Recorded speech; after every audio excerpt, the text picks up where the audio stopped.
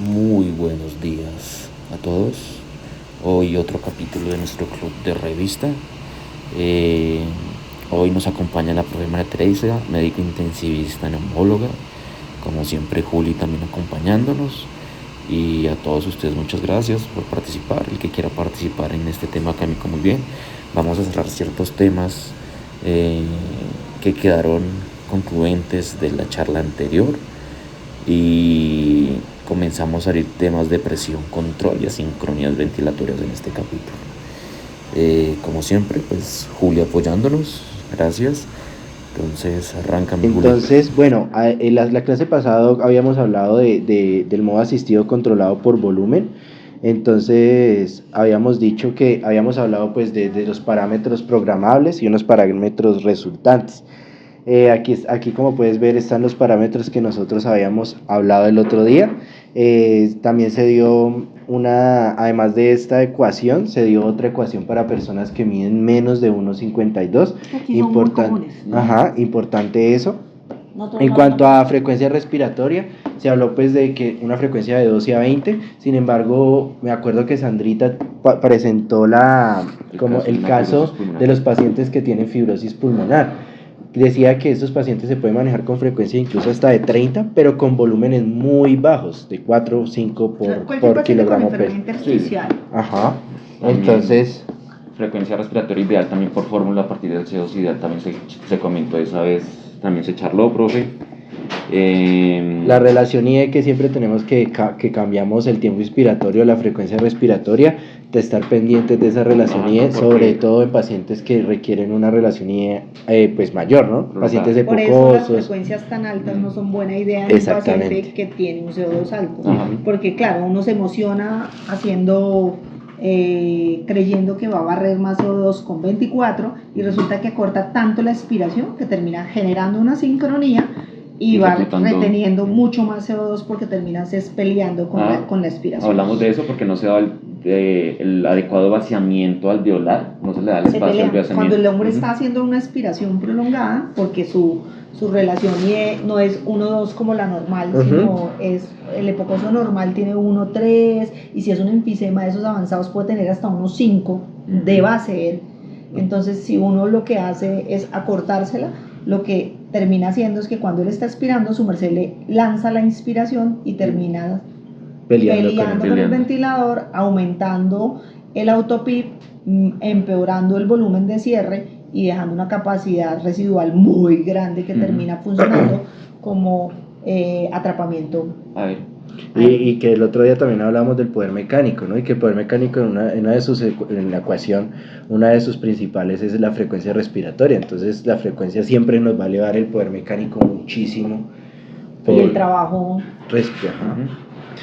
Bueno, ¿qué más por destacar de acá? ¿Tú qué opinas de los índices de mortalidad a cambios de hipercapnia? O sea, entre más hipercapnia está demostrado que hay más mortalidad. Depende mucho de si la hipercapnia es aguda, crónica y qué patología tiene el paciente. Acuérdense lo que siempre nos pasa, que uno a veces se emociona y entonces pone el paciente a CO2 normal en un día, porque el pulmón es muy agradecido. Si tú lo relajas, lo sedas, el paciente se deja bajar el CO2 rápidamente. Y entonces el pH se va a 560.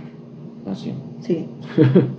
Y entonces, ¿qué pasa ahí? Que lo malo de la alcalemia es que desvía la curva de disociación de la hemoglobina. De tal manera que su merced tiene oxígeno ahí, en la presión arterial de oxígeno, pero no la entrega. Y entonces uno deja ahí todo enamorado la hemoglobina del oxígeno y no lo entrega. Entonces hay que tener cuidado porque uno está muy pendiente de las acidemias, pero la alcalemia no permite que el oxígeno que uno tiene en sangre se entregue. Y donde uno necesita el oxígeno, contrario a lo que todos creemos, no es en la arteria. Uno necesita el oxígeno es en el tejido. Porque en la arteria puede pasear y igual se muere uno. Lo que le pasa a los intoxicados con monóxido. Su merced está rosado como una cereza en sangre y en los tejidos todos morados y el paciente se muere por hipoxia tisular.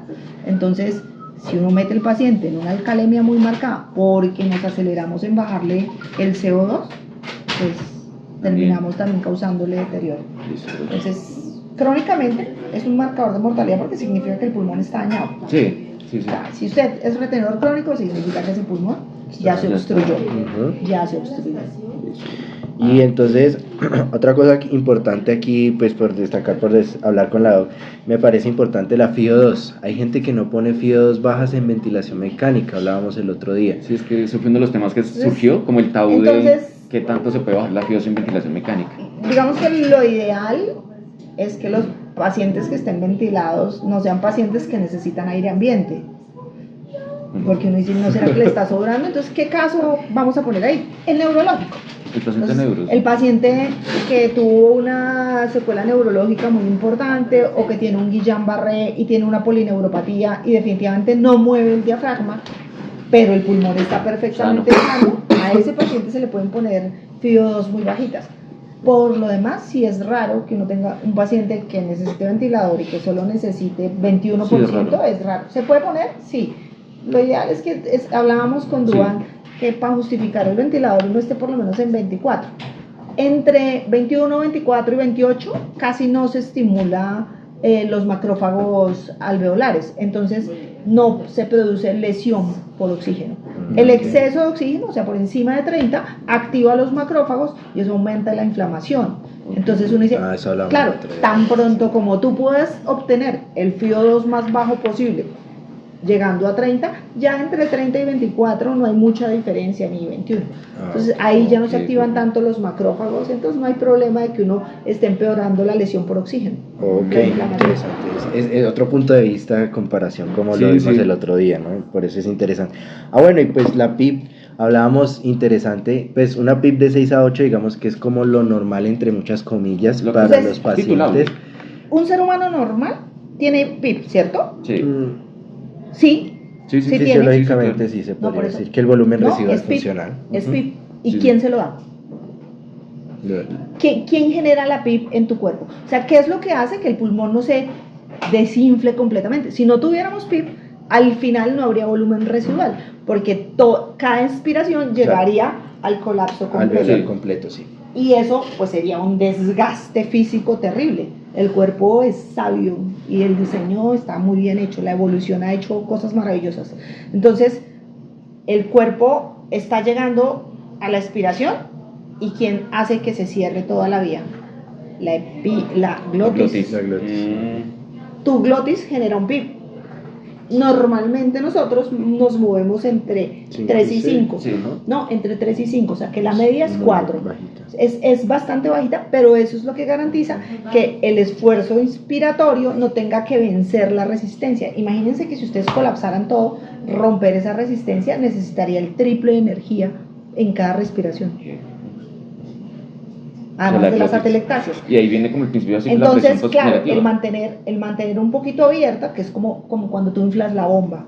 Tú empiezas a inflar la bomba y primero te sacas los ojos y ya llegas al punto en que vences la resistencia. Eso es lo que hace el PIP de uno. Y ese PIP lo da el cierre de la glotis. Cada vez que tú estás expirando hay un punto en el que la glotis se cierra, ya no expiras más y se mantiene ese volumen ahí adentro. Cuando tú intubas a un paciente, se pierde. Sí. Es el principio básico de la presión la glotis no negativa abre. Y la presión positiva. La presión positiva. Por eso mismo hay que dejarles PIP a los pacientes. ¿Sí? Totalmente. Para que no desocupen y no hagan atelectasias y no hagan volumen residual y no tengan que hacer un trabajo extra en vencer la resistencia de la apertura. Sí, ahí hablamos que era titulable, o sea que era ese PIP ideal para cada paciente y se titula según histéresis pulmonar, mecánica pulmonar, hay 1000 formas de titularlo, pero siempre y cuando se titule adecuadamente para cada paciente. Entonces, lo más importante es que no hagamos daño. Sí. Ahí volvemos a propaganda de 2 segundos. La política de seguridad del hospital dice primero no hacer daño. Es muy original, no la robamos a nadie, se llamaba Hipócrates. Pero bueno, entonces ese man que era muy inteligente dijo eso, y es cierto, o sea, cada vez que tenemos un invento nuevo en medicina o no tan nuevo, lo que pasa es que todos esos inventos tienen un alto riesgo de producir algún tipo de lesión en un paciente, entonces todo tiene unos márgenes de seguridad. Entonces, yo soy una persona que estudió en los 80s y 90s, de tal manera que nosotros usamos superapips, nosotros usamos pips de 20, y los pacientes terminaban haciendo volutrauma, barotrauma, todo tipo de trauma relacionado. Entonces nos dimos cuenta a las patadas que no era tan bueno mantener abierto el alvéolo forzado, porque las presiones también causan lesión, pero el volumen también causa presión. A veces uno tiene presiones normales porque tiene un pulmón muy distensible, pero le está metiendo volúmenes que son de 10 por kilo o 12 por kilo, de tal manera que igual se rompe el alvéolo. Entonces, como estaba diciendo Duan, es muy importante que cuando uno titula el PIP tenga algunos parámetros mecánicos que garanticen que usted no está lesionando el pulmón, porque el daño por ventilación es real, y lo hemos visto todos. Y ahí hablábamos como casos de ventilación mecánica en obesos, diferentes ventilaciones mecánicas que los gordos aguantan, ¿no? Sí, que se les puede meter como un poquito más del tema porque tienen que mover la masa abdominal en cuanto a PIB. Ellos hacen mucha restricción, sobre todo acostados. Cuando uno se acuesta en una mesa de cirugía o en una cama, uno pierde la mecánica normal y la forma normal del diafragma. Y vencer la resistencia a eso hace que sea más difícil y que uno haga atelectasias. Solo estar acostado 2 horas en una sala de cirugía te genera atelectasias. Por eso todo paciente de abdomen alto o tórax lleva incentivo en el postoperatorio, porque el solo haber estado acostado hace que se pega, y la energía que hay que gastar para romper la resistencia es mucho mayor y no la logran con dolor. Entonces, si usted tiene dolor por una cirugía de acá o de acá y encima usted estuvo acostado 2 horas y se pegó, despegue. Sí, claro. ¿Cómo se despega? Es muy difícil y por eso se sobreinfecta. Sí.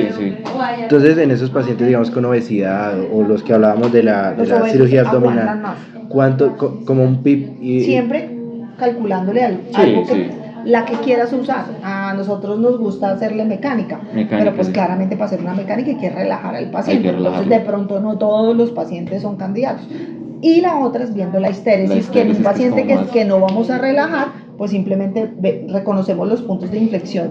No siempre son tan fáciles. Sí, es más complejo porque a veces... Sí, hay pacientes que tienen curvas muy levantadas y ese dice, ¿será acá o será más adelante? Sí. Pero por lo menos nos da una idea de dónde empezar, aproximada de dónde empezar. Entonces, si está despierto, manejar las curvas en el ventilador nos ayuda, se congela y se revisa. Y si no está despierto, si no estamos todavía con el SEA, una mecánica bien hecha nunca es una mala idea. Siempre protege mucho más el pulmón del paciente. Bueno, aunque en ese paciente obeso, guiarnos por mecánica ventilatoria de picos, platós, ¿qué tan objetivo sería? Porque pues es que los picos de ellos son muy locas. Son más grandes, ¿no? O sea, los picos de ellos son muy locos. La plató sí. Ok, la plató es una buena. Lo que pasa es que ustedes saben, para calcular una buena plató hay que relajarlo. Hay que estar relajado. Entonces volvemos al mismo problema. Sí, claro. Bueno, y entonces también tenemos unos parámetros resultantes pues, de este modo, que son la presión inspiratoria pico, que la dejamos como que máximo llegar hasta 40, no pasar de ahí. Sin embargo, pues hablábamos... En los obesos podemos tener 50, exacto, mientras la plató está dentro de rangos. Sí, la manejamos de 30 para abajo. Lo que no debemos dejar alterar es la plató, que finalmente es la equivalencia a la presión alveolar, porque lo que uno le da miedo es que se rompa el alveolo. Sí, claro. Sea que se rompa por volumen o por presión, lo que a uno le da miedo de la lesión por ventilador es que el ventilador rompa el alveolo. Y lo otro que nos da miedo es que se pegue el alveolo. O sea, las dos lesiones, básicamente, o sea volutrauma o atelectasias o volu o por presión. Barotrauma lesionan tanto por hiperdistensión y ruptura como por colapso.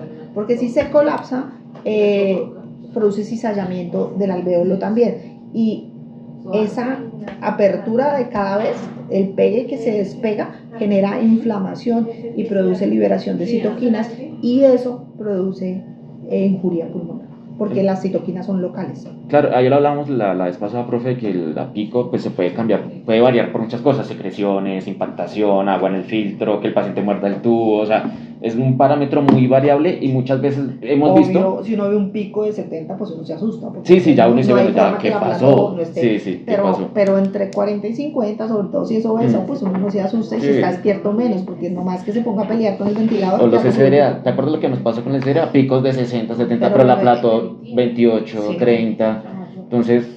Esos SDA son los más difíciles de ventilar.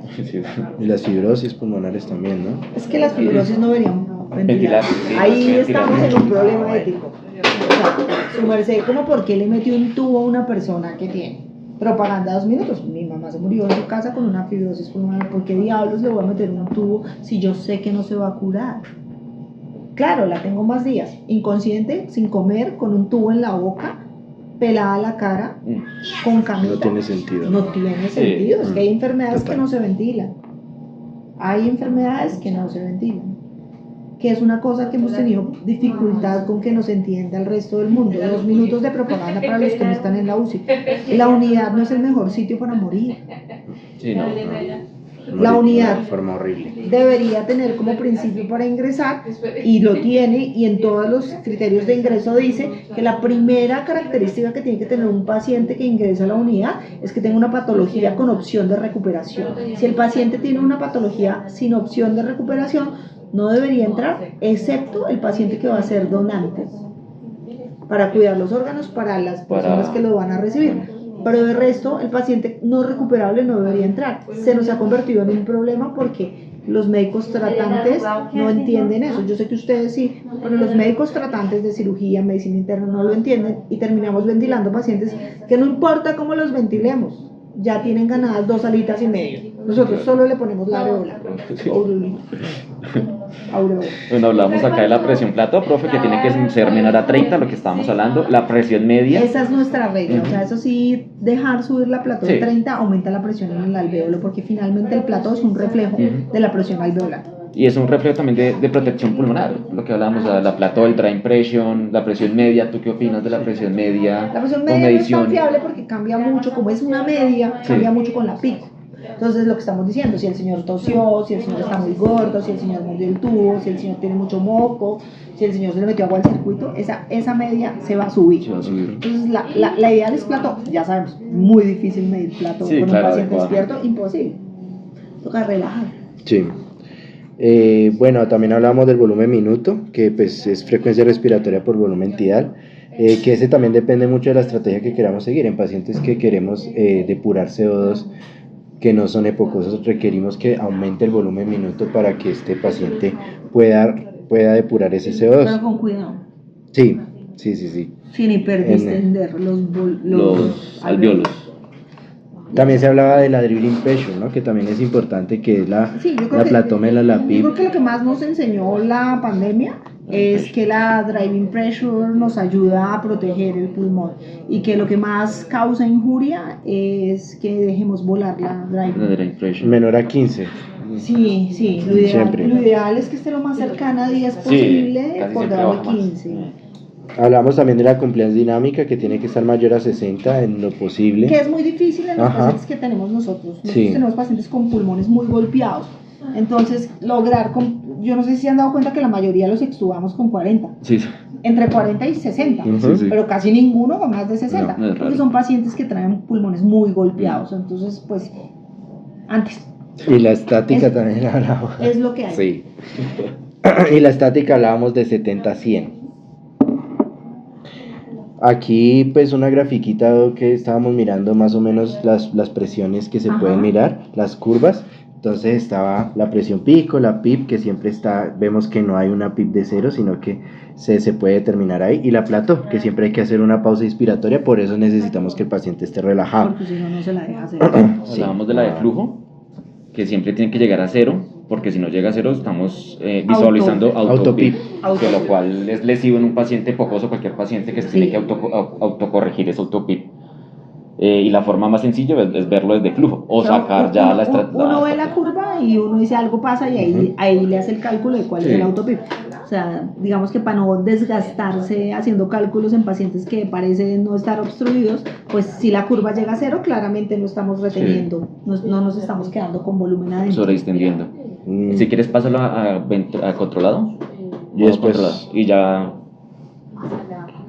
Bueno, aquí no vemos las estrategias ventilatorias del controlado por volumen, o vemos primero las asincronías. Me pareció importante las asincronías porque... Aunque asincronía lo vemos de última, después de los modos Julio. Entonces, digamos que aquí estamos hablando de como unas estrategias ventilatorias así como las más importantes que tenemos, o las más conocidas, exacto, las más comunes, es el reclutamiento alveolar, ¿no?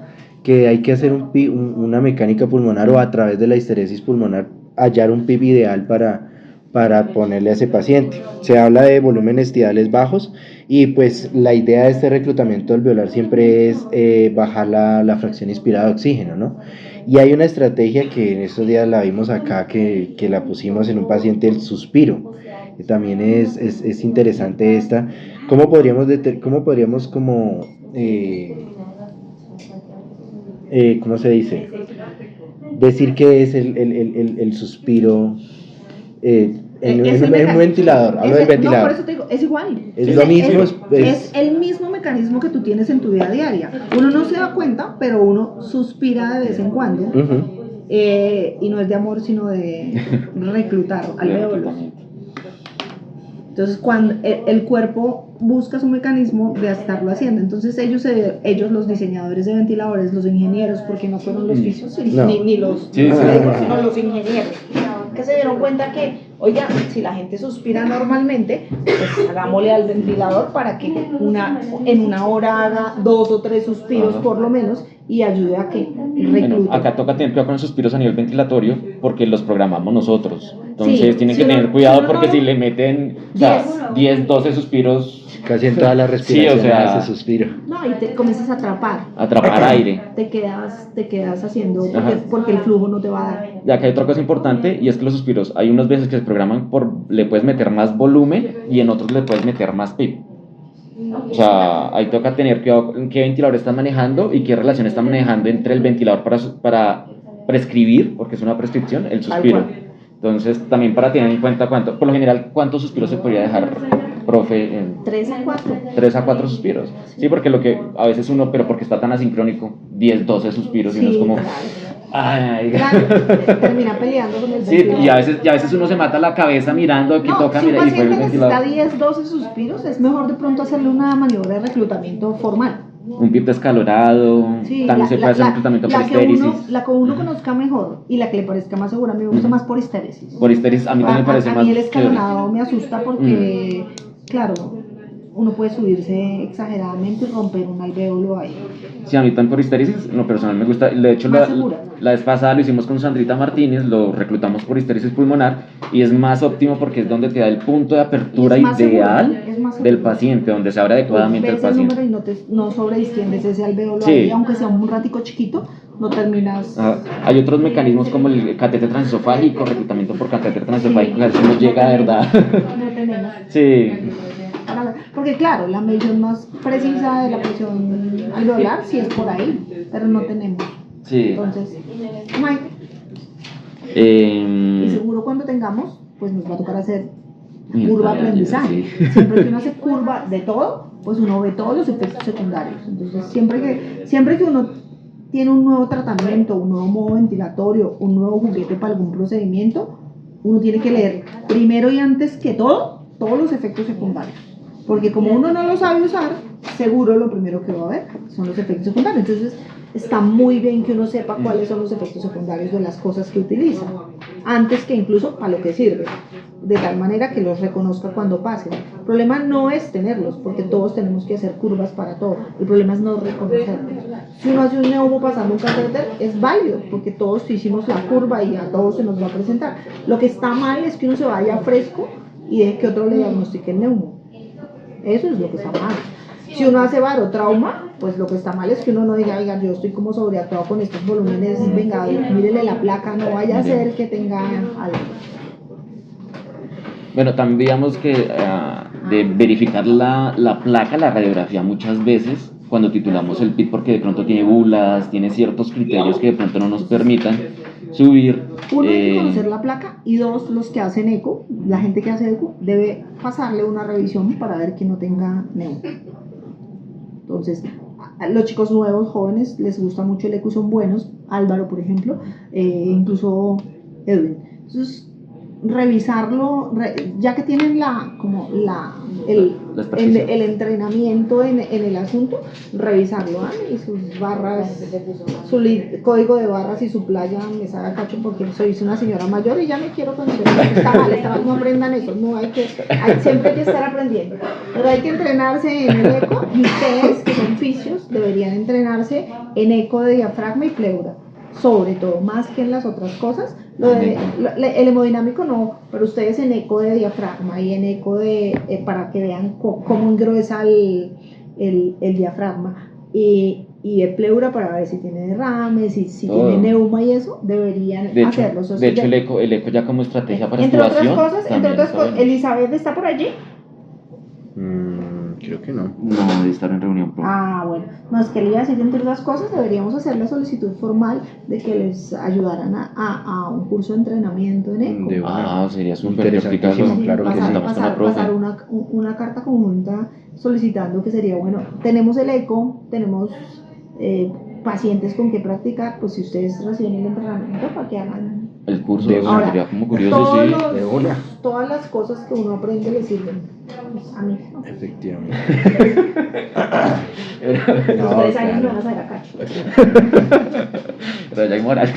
Ya hay moral, sí, ya 3 años no sé. Sí. Nosotros que nos faltan 30 35 años. Ni la cuenta. No cuenten. No, pero es que es mejor así, porque cuando uno no cuenta se pasa y no te das cuenta. Ay, sí, literal. Parece que fue ayer cuando yo estaba en la residencia. Buenos días, ¿cómo estás? Bueno, seguimos con otra estrategia ventilatoria que es la depuración de dióxido de carbono. En esta, pues las estrategias principales se usa es como aumento de la frecuencia respiratoria dentro de los parámetros que teníamos, el volumen tidal, la relación IE, siempre es con el objetivo de aumentar el volumen minuto para favorecer pues la depuración de dióxido de carbono. No sé qué otras estrategias conozcan ustedes que de pronto sean muy... ¿Qué dijiste? ¿PIP? Acá en reclutamiento alveolar, el PIP... depuración. Es que toca... Sí, no, por eso es que no te paré bolas un poquito, perdón. Es flujo, sí. O sea, si tú tienes una alta velocidad, o sea, tienes un paciente obstruido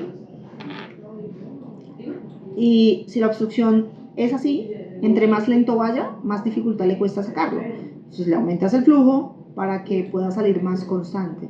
Entonces, obviamente, 60, tope ahí. Sí, el tope siempre será 60. Por ahí vi 70, ¿qué día? Entre otras cosas, propaganda. Flujo, por favor, flujos de 60 hasta 60. Sí, flujos hasta 60. Nosotros manejamos flujos altos. Igual uno tiene que pensar lo que estábamos hablando hace un minuto, si es un retenedor crónico o es un retenedor agudo.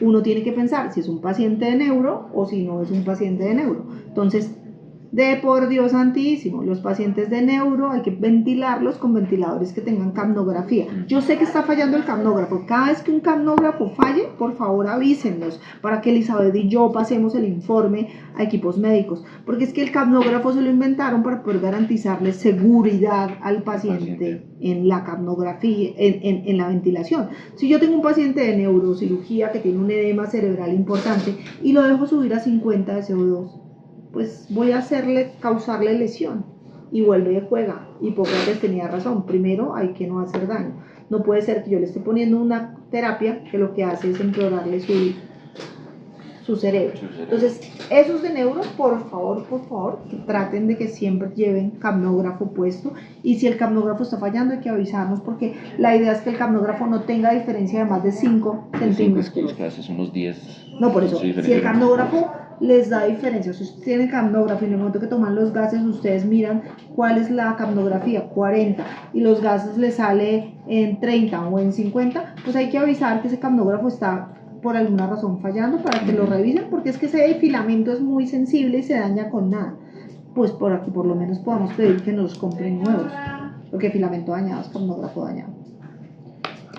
No sé qué otras estrategias ventilatorias conocen en este modo que se puedan desarrollar ustedes. No, pues realmente ya lo hemos dicho, o sea, lo ideal es volumen minuto con volumen corriente o frecuencia siempre y cuando esté dentro de metas. Relación IE, también dependiendo de la patología, ¿no?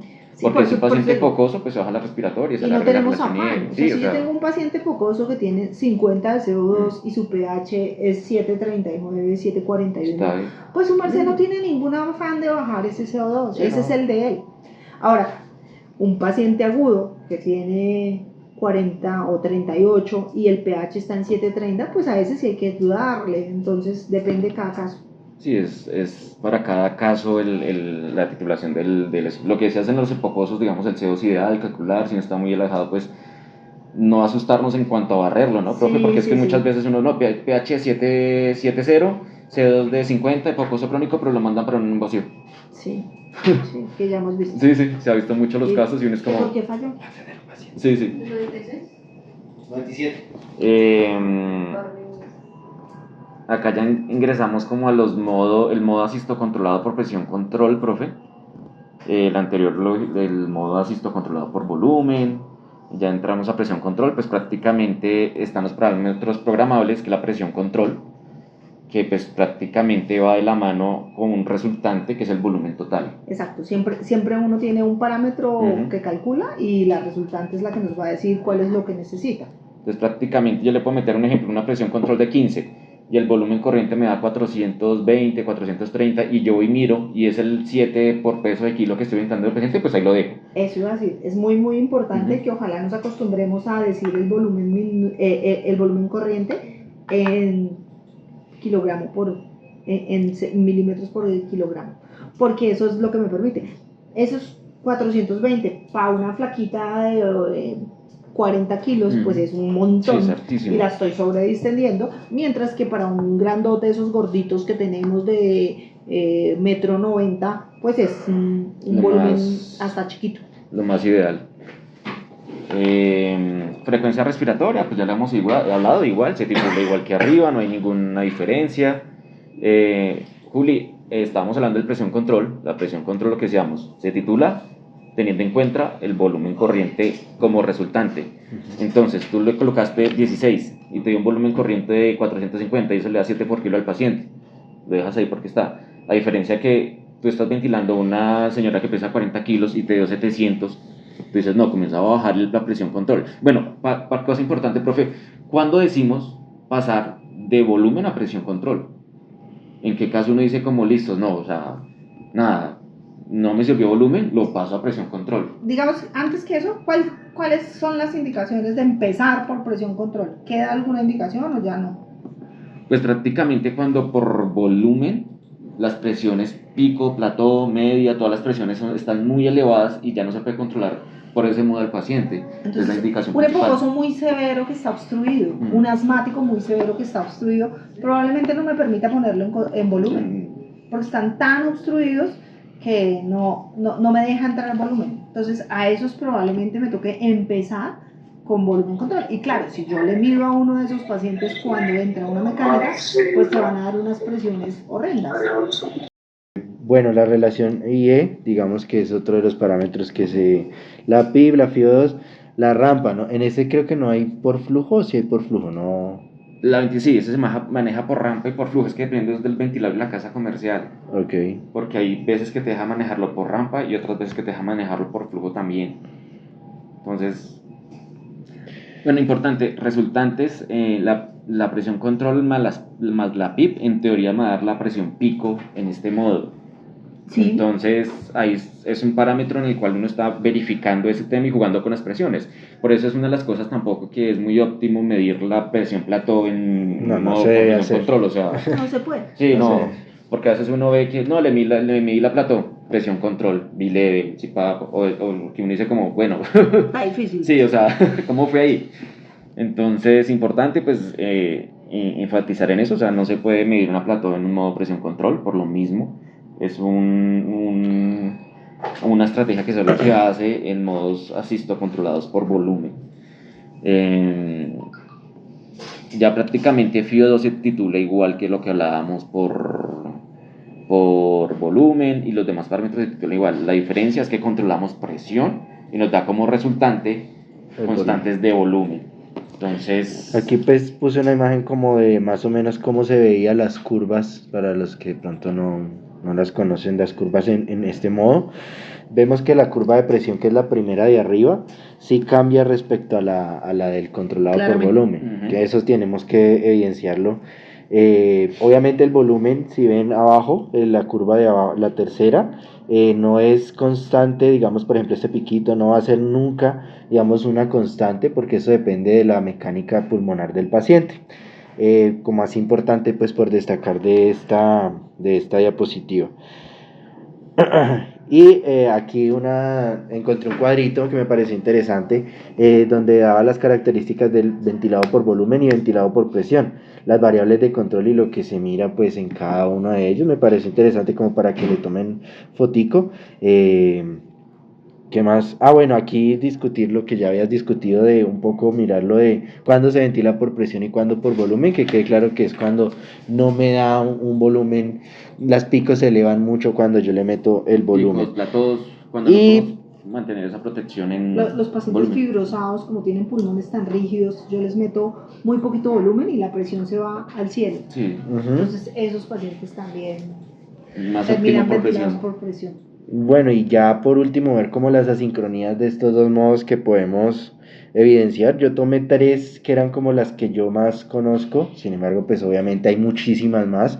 Está la de esfuerzos ineficaces, que es esta acá, esta imagen de acá de arriba a la derecha, que si vemos el paciente hace como una presión negativa, sin embargo el ventilador no llega a ¿cómo se dice? A terminar este ciclo respiratorio, que es lo que debería hacer, ¿no? Está más arriba. Es cuando la sensibilidad, se debe mirar la sensibilidad, ya pacientes neurológicos pues que realmente sí puedan hacer vencer esta sensibilidad. No sé qué otra cosa se debe mirar. Ahí también se puede determinar si hay debilidad muscular en el diafragma. Muy probable. Que es lo más probable. Es la más común de esas. Sí, es que prácticamente... Que estén muy desacondicionados los pacientes y la fuerza muscular no le dé para moverlo, o que sea lo que tú dices, un bande neurológico, un guillano, algo que no tenga movilidad. Otra que se ve mucho es el doble disparo, ¿no? Que es esta a la izquierda, la de abajo a la izquierda, que está con amarillo y rojo las curvas. Ese es el doble disparo. Ese es a veces cuando tenemos la sensibilidad muy baja, por el contrario de... Sí, entonces se mueve el circuito y ya lo sensa como esfuerzo. Como uno, y se hace 2 disparos. Entonces lo mismo nombre lo dice como doble disparo. Por entonces eso es no muy termina importante y ya que comienza el otro. nos fijemos que la sensibilidad sea apropiada para ese paciente. Sí. ¿Alguna otra cosa que se vea en el doble disparo que puede hacer? ¿Solo sensibilidad, sí o no? Sí, o sea, es que en teoría si el paciente está despierto y también está peleando insuficiente, o sea, agitado, en un delirio, te dispara también doble. Sí. Porque está en el ataque de histeria.